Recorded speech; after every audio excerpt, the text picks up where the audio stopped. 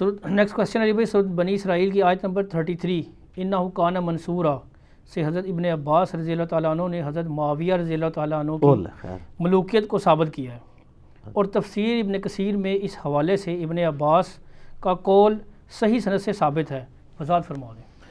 وضاحت فرماؤں گا لیکن کوڑی باتیں ہوں گی، اس لیے ذرا صبر سے سننا ہے آپ نے۔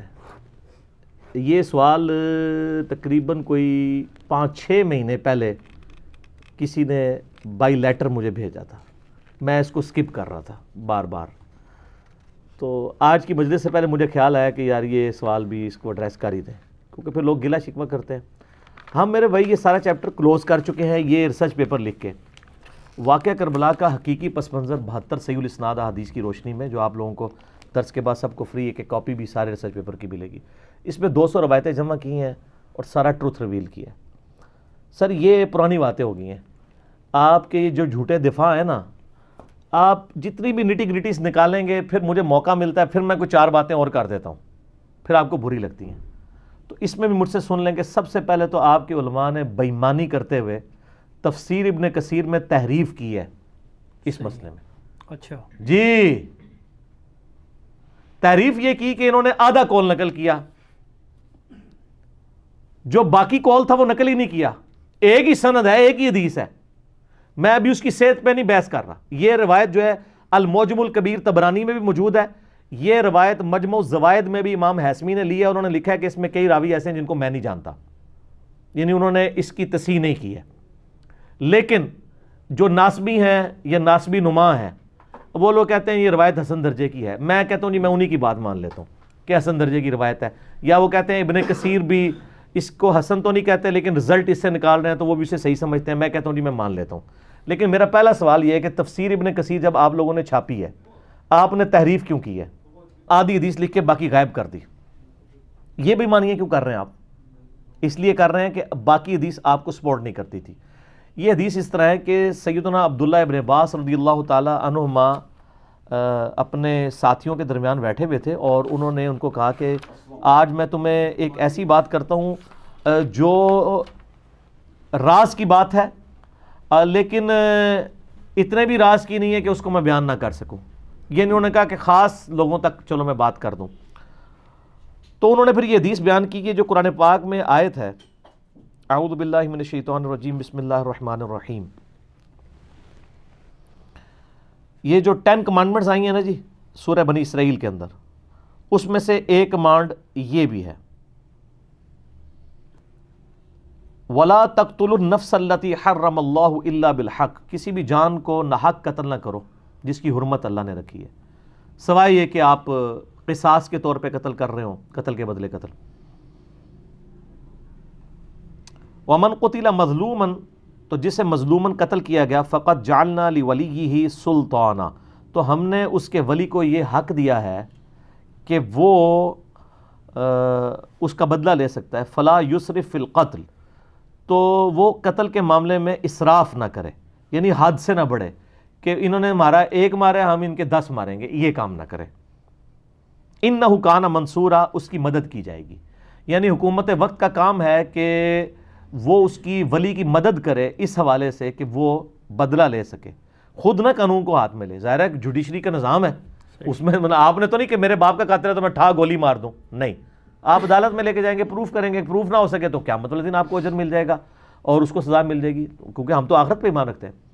اس آیت کے تحت وہ ابن عباس نے کہا کہ جی میں تمہیں ایک راز کی بات بتاتا ہوں لیکن وہ اتنی بھی راز کی نہیں ہے۔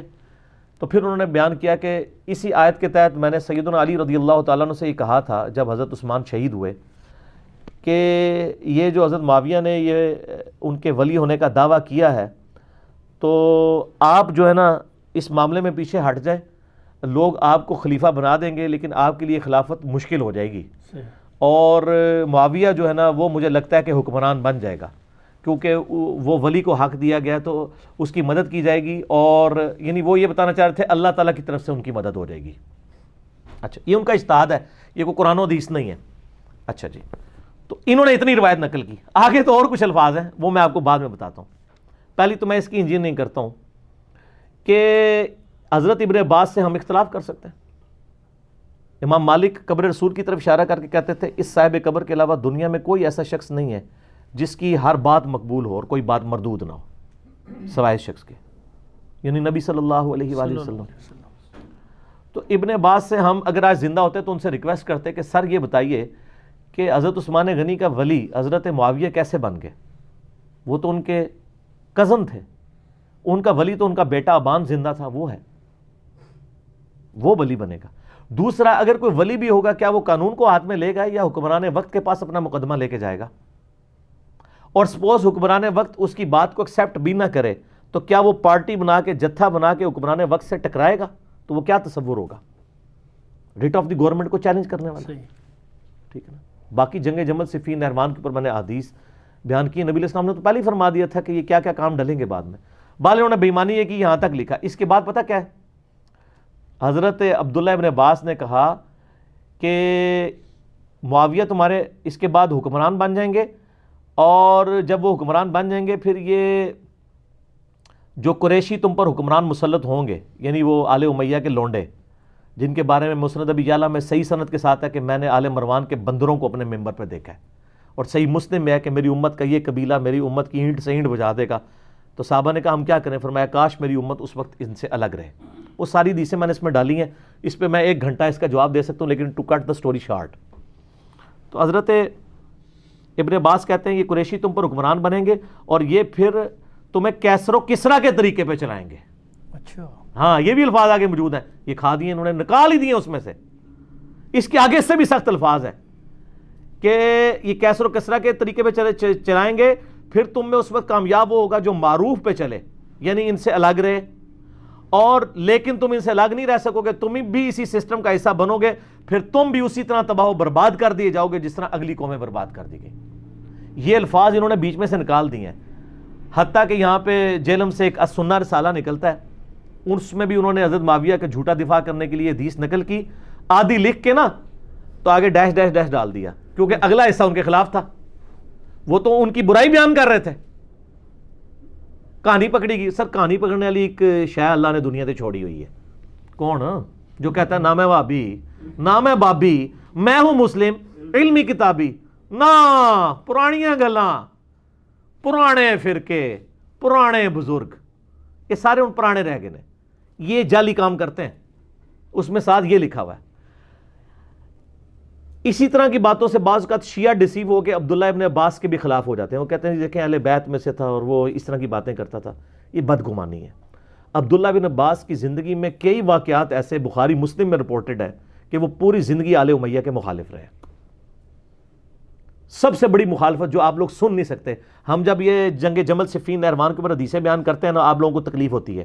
آپ سے مراد جو اب تھوڑے سے بچ گئے ہیں وہ تو ختم ہو گئے، سارے علمی کتابی ہو چکے ہیں۔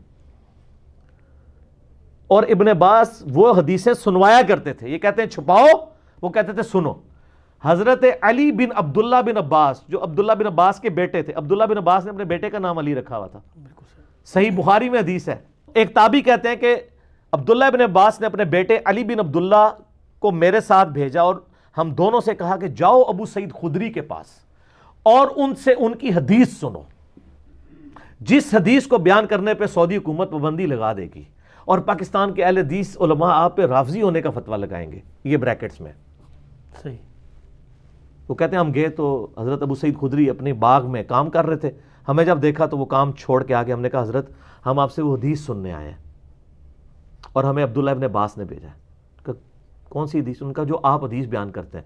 اس کا مطلب ابو سعید خدری نے بھی وہ حدیث پڑھی ہوئی سی، ان کو یہ نہیں کہا کہ وہ فلاں حدیث، ان کا وہ جو آپ بیان کرتے ہیں وہ یہ جڑی گلا نہیں کرنی چاہیے، ہاں ٹھیک ہے، جو آج کل انجینئر صاحب کرتے ہیں۔ تو ان کا ہاں سنو، غزوہ خندق کا موقع تھا، باقی اصحاب ایک ایک پتھر اٹھا کے لا رہے تھے، اور عمار بن یاسر نے 2 پتھر اٹھائے ہوئے تھے، 60 سال کی عمر تھی اس وقت عمار بن یاسر کی۔ اے تو اڈے والے وٹے نہیں سر، اٹا نہیں، بڑے پتھر،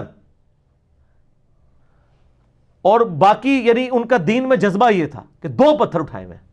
تو نبی علیہ السلام نے اپنے مبارک ہاتھوں سے ان کے سر اور داڑھی سے مٹی کو صاف کیا، سبحان، اور کہا واہ عمار، اے سمیہ کے بیٹے، تو دین کے اتنی قربانیاں کر رہے نا، تجھے ایک باغی جماعت قتل کرے گی، تو ان کو اللہ اور جنت کی طرف بلا رہا ہوگا اور وہ جماعت تجھے دوزخ کی طرف بلا رہی ہوگی۔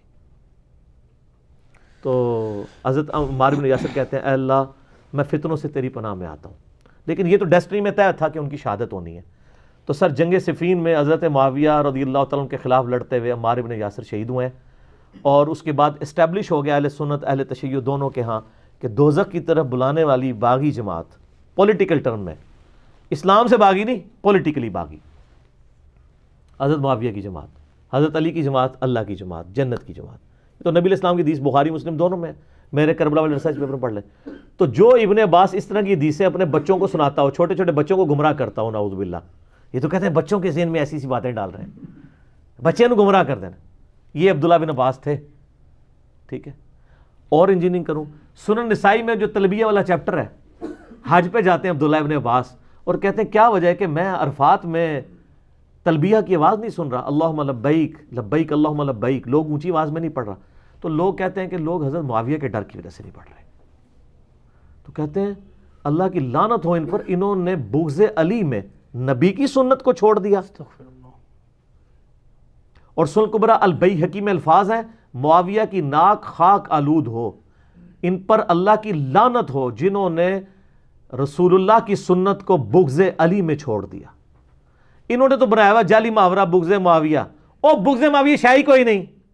صحیح مسلم 240, علی سے محبت نہیں رکھے گا مگر مؤمن, علی سے بغض نہیں رکھے گا مگر منافق. بغض علی اور حب علی تھا.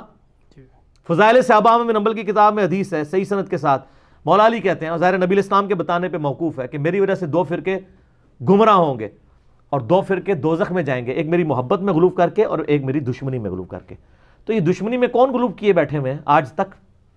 محبت میں غلوب کرنے والے تو ہمیں پتہ ہے, جو ان کے لیے الوہیت کلیم کرتے ہیں, نصیریہ ہیں, ان کو جو ہے خدا بنا دیتے ہیں.